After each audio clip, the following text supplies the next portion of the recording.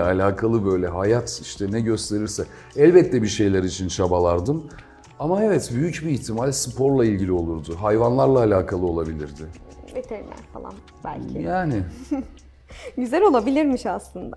Peki oyunculuk, yani sizin için hani oyunculuk deyince ne ifade ediyor bu meslek? ya çok değişik. Hani gerçekten herkesin görüşüne yani yorumlarına saygı duyuyorum. Herkes cuk cuk cuk böyle harika bir şekilde de yorumlayabilir bunu ama benim için bambaşka bir şey ya. Hayatın kendisi gibi.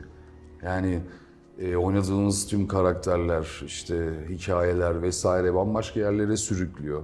Yani enteresan bir şey. Tek bir cümleyle hani cevap verebileceğim bir şey değil benim içimdeki o hissiyat. Mesela bazı karakterler, yani bazı oyuncular karakterleri böyle kendi yaratır. Hani kendinden bir şeyler mutlaka katarlar. Ya elbette oluyor. Bu da birazcık karşılıklı hani çünkü örneğin o an herhangi bir sahne çekilirken